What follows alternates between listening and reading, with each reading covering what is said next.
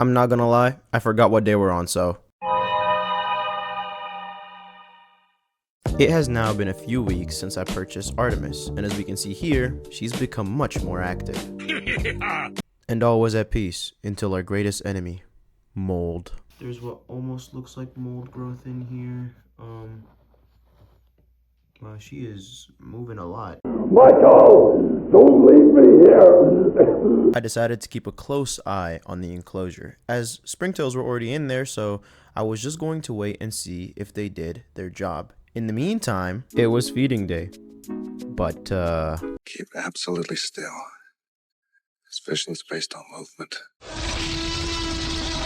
As you can see, the dubio roach had every tactic in the book. Move it and it goes to the corner. Don't move it and it just sits still. And Artemis, well, Artemis was clueless. Huh? So after what felt like an eternity of attempts, I decided to take matters into my own hands.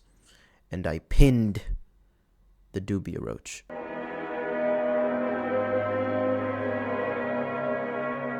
Afterwards, I put her in her enclosure and I let her enjoy her snack.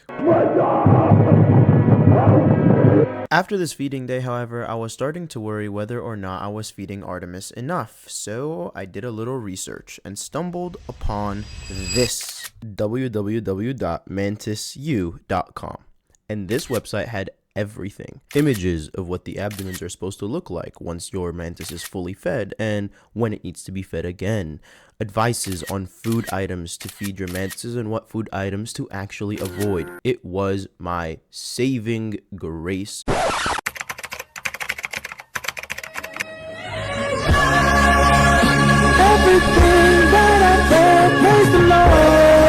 Anyways, sorry, excuse that. Life was really simple afterwards. Artemis was eating like an absolute champ, hunting down her victims.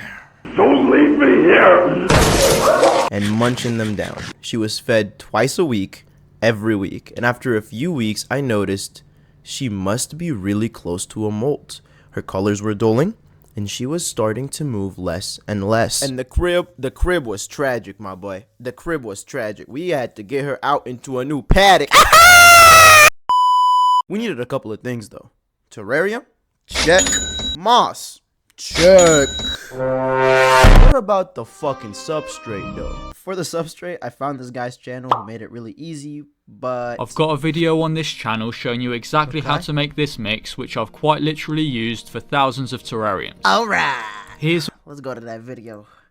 Let's see that video. Motherfucker! As you can see, when I went back to find that video for you guys, it's fucking gone. Carl! It's all gone! They've taken it all! Why are they doing this? Carl! Carl! On a real note, I did have a screenshot, and here is the recipe. Pretty good recipe, except this shit did not work for me, and oh my god, it was ass! That's a story for another day, however, because I ended up using it anyways, and if you follow the TikTok, you'll see I changed it recently. So of course, I ordered everything. I think I actually lost a kidney and an arm ordering all this stuff, but anyways, everything ended up coming. I also ended up ordering a tripod. Goo gaga. So there's that. I'm not showing the whole unboxing video. Carl! It's all gone! They've taken it all! Why? Okay, maybe just a little. Alright, that's enough.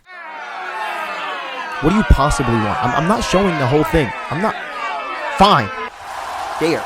Just a fucking tripod, that's all it is, okay? It's a tripod. Honestly, I feel like this episode doesn't have enough Artemis in it, so... Oh yeah, look at her grabbing it and munching it. Nom nom nom nom nom. Anyways, we got another package. I'm not sure what's completely in here. I know that some of the soil stuff was supposed to come in, but we got our tank and something. What a wonderful presentation. Everybody give it up to the greatest to ever fucking do it. Louder! I need to hear applause to the end of the fucking street! Anyways, since I know you guys love the unboxing, here's me unboxing the button. Fuck! Okay, guys. Already off to an awful start. It came a little cracked open. Unc, why are you actually digging in it? This is going to be the enclosure. Everyone give it up to Captain Obvious. So this is going to be Artemis's adult enclosure. Again, he's repeated this like 10 times now. And now we're stimming on camera. And now we're clinically deaf. No, actually, what the fuck is that poster, bro?